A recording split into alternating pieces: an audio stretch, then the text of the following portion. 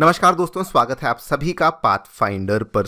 आज से कुछ ही दिन पहले जब डोनाल्ड ट्रंप और पीएम मोदी की मुलाकात हुई थी तो डोनाल्ड ट्रंप ने कहा था कि पीएम मोदी मुझसे बहुत ज़्यादा एक हार्ड और टफ नेगोशिएटर हैं। और आज दोस्तों भारत ने उसी चीज़ को यहाँ पे प्रूव कर दिया है, बिकॉज जो अमेरिका ने भारत को F-35 का ऑफर दिया था उस चीज़ को लेकर भारत ने अब अपनी शर्तें रखनी शुरू कर दी हैं। आप लोग यहाँ पे देख सकते हैं, ये डेवलपमेंट कल रात को ही सामने आई है और इंडिया ने बड़े ही सिंपल शब्दों में अमेरिका के F-35 वाले ऑफर का यहाँ पे जवाब दिया है, कहते हुए कि देखिए F-35 को ले तो लेंगे लेकिन उसमें दो शर्तें लगा दी हैं। पहली शर्त तो ये है कि ये एक गवर्नमेंट टू गवर्नमेंट डील होगी, जिसके बहुत सिंपल मायने अगर आपको बताऊं तो इंडिया ने कहा है कि इसका जो प्राइस है ये वही वाला प्राइस होगा जितने में आप अपनी यूएसए की एयरफोर्स को इन लड़ाकू विमानों को बेचते हैं, उसी प्राइस में हम लोग इंडियन एयरफोर्स के लिए इन विमानों को प्रोक्योर करेंगे। एंड नंबर 2 जो दूसरी शर्त लगाई गई है, इंडिया ने साफ साफ डिक्लेयर कर दिया है कि F-35 अगर लेंगे भी तो वो केवल एक स्टॉप गैप अरेंजमेंट होगा, यानी कि केवल तब तक हम अपने गैप को भरेंगे जब तक हमारा जो आर्म का फाइटर एयरक्राफ्ट है वो यहाँ पर तैयार नहीं होता। यानी कि क्लियरली कह दिया है कि India will remain committed to arm का और F-35 केवल एक टेम्पररी सॉल्यूशन ही यहाँ पर होने वाला है। इसी पूरी डेवलपमेंट के बारे में हम लोग दोस्तों चर्चा करने वाले हैं कि क्या एग्जैक्टली यहाँ पे देखने को मिला है, क्या क्या शर्तें हैं जो कि भारत ने यहाँ पे लगाई हैं, क्यों इन शर्तों को यहाँ पे लगाया गया है, उसको भी समझने का प्रयास करेंगे। एंड ऑल्सो इस F-35 वाली डील के साथ रशिया के S-400 का भी एक बहुत इंटरेस्टिंग लिंक है, वो भी मैं आपके साथ शेयर करूंगा। आइए शुरू करते हैं मेरे साथ। मेरा नाम है अनिरुद्ध। यदि आप लोग हमें फॉलो करना चाहते हैं, हमारे लेक्चर्स के अपडेट्स को प्राप्त करना चाहते हैं, तो यहाँ पर दिए गए टेलीग्राम चैनल्स के माध्यम से ऐसा कर सकते हैं। आगे बढ़ने से पहले दोस्तों बताना चाहूंगा कि अनअकैडमी ने आपकी यूपीएससी परीक्षा की तैयारी को आसान और अफोर्डेबल करने के लिए जो भी यूपीएससी के साथ जुड़े रिसोर्सेज थे वो अब totally free of cost available करवा दिए हैं। फिर भले वो मंथली करंट अफेयर मैगजीन्स हों, प्रीवियस ईयर क्वेश्चंस हों, एनसीईआरटी नोट समरीज हों, प्रीलिम्स के मॉक टेस्ट हों, ये सभी चीज़ों के जो लिंक्स हैं वो नीचे आपको डिस्क्रिप्शन बॉक्स में अवेलेबल करवाए गए हैं। फिर भी कोई क्वेरी है तो आप लोग स्क्रीन पे दिए गए फ़ोन नंबर्स पे फ़ोन कर सकते हैं एंड हमारी टीम आपको हैप्पीली असिस्टेंस भी प्रोवाइड कर देगी। All right, so directly coming to the news दोस्तों, आज से कुछ ही दिन पहले, इनफैक्ट जस्ट 3-4 दिन पहले की बात है, जब पीएम मोदी अमेरिका के दौरे पर गए थे तो डोनाल्ड ट्रंप ने उन्हें F-35 5th generation fighter jet को बेचने का ऑफर दिया था। उस समय पीएम मोदी ने तो इस चीज़ को लेकर कुछ नहीं कहा, लेकिन हमारे जो फॉरेन सेक्रेटरी हैं मिस्टर विक्रम मिस्री जी, उन्होंने यहाँ पर एक स्लाइटली एक स्टेटमेंट दिया। उन्होंने कहा कि देखिए, अगर हम लोग इसको प्रोक्योर करेंगे भी तो ये एक बहुत लंबा प्रोसेस होने वाला है और इस चीज़ को लेकर कोई भी फॉर्मल बातचीत अभी तक शुरू नहीं हुई है। लेकिन आज दोस्तों इंडिया की तरफ से यहाँ पर एक जवाब दिया गया है कि हम लोग F-35 फाइटर जेट्स को ले सकते हैं, लेकिन उसमें भी इंडिया ने कहा है कि सबसे पहले तो रफाल वाला रूट हम लोग यहाँ पे लेंगे, यानी कि जिस तरीके से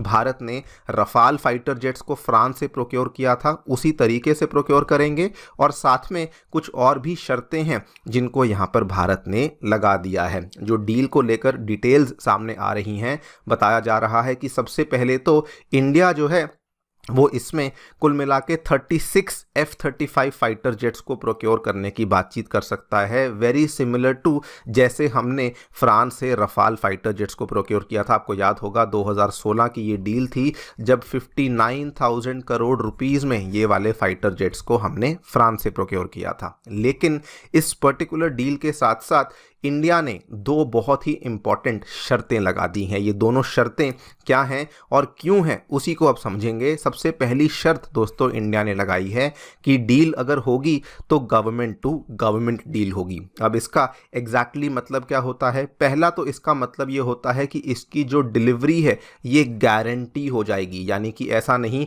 कि आज आपने डील कर ली कल को आप बैकआउट कर जाएंगे, ये नहीं कर पाएंगे। अगर दोनों देशों के बीच में डील होगी तो आपको यहाँ पर पर अपनी इस डील की जो कमिटमेंट है उसको पूरा करना होगा। प्राइवेट कंपनियों में जो डील होती है वहाँ पर एक कंपनी उस कॉन्ट्रैक्ट को तोड़ सकती है, लेकिन गवर्नमेंट के बीच में ऐसा नहीं पॉसिबल। दूसरी बात, इंडिया ने कहा है कि इसमें जो प्राइसिंग होगी, जिस रेट में आपकी जो कंपनी है जो इस F-35 को बनाती है, जिस रेट में वो यूएसए की एयरफोर्स को इन लड़ाकू विमानों को बेचती है, उसी रेट में उस एयरक्राफ्ट को आपको हमारी इंडियन एयरफोर्स को बेचना होगा। सवाल ये आता है कि इतनी ज़्यादा टफ नेगोशिएशन इंडिया क्यों कर रहा है। तो देखिए दोस्तों, एक वेल नोन हिस्टोरिकल फैक्ट है कि यूएसए एक बहुत ही ज़्यादा हार्ड नेगोशिएटर है। जब बात आती है टेक्नोलॉजी को ट्रांसफ़र करने की, तो यूएसए जल्दी जल्दी किसी को भी टेक्नोलॉजी ट्रांसफ़र नहीं करता है। यहाँ तक कि नाटो देशों को भी यूएसए ने टेक्नोलॉजी ट्रांसफ़र करने से कई दफ़ा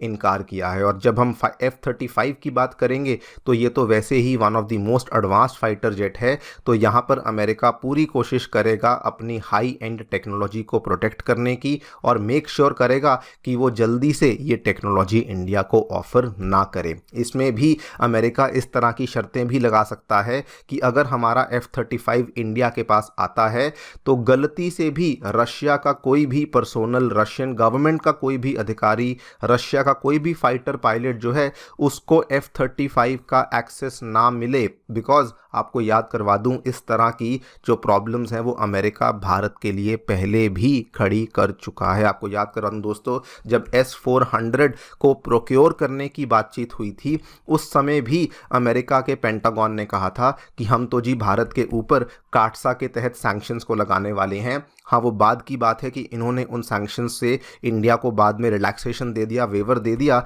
लेकिन हम सभी जानते हैं कि कितने लंबे देर तक ये वाली यहाँ पे नेगोशिएशन चली थी और ये लोग कह रहे थे कि हम तो इंडिया के ऊपर सैंक्शंस को लगा देंगे अगर उन्होंने रशिया से S-400 वाले सिस्टम को प्रोक्योर किया। बिकॉज अमेरिका इस तरह की हरकतें पहले कर चुका है, दोबारा भी कर सकता है। यही रीज़न है कि इंडिया ने सबसे पहले तो ये बोल दिया है कि ये एक गवर्नमेंट टू गवर्नमेंट डील होने वाली है। दूसरी शर्त जो कि इंडिया ने लगाई है, जो कि दिखाता है कि हमारी कमिटमेंट आमका के लिए बहुत ज़्यादा है। इंडिया ने कहा है कि हम लोग अगर F-35 को लेंगे भी तो ये केवल एक स्टॉप गैप अरेंजमेंट यहाँ पर होने वाला है, यानी कि हम लोग जो हैं वो केवल तब तक ही F-35 को लेंगे जब तक हमारा आमका तैयार नहीं हो जाता, जब तक हमारी एयरफोर्स में गैप है, केवल उस गैप को फिल करने के लिए लेंगे। यानी कि टेम्पररी सॉल्यूशन यहाँ पे होने वाला है।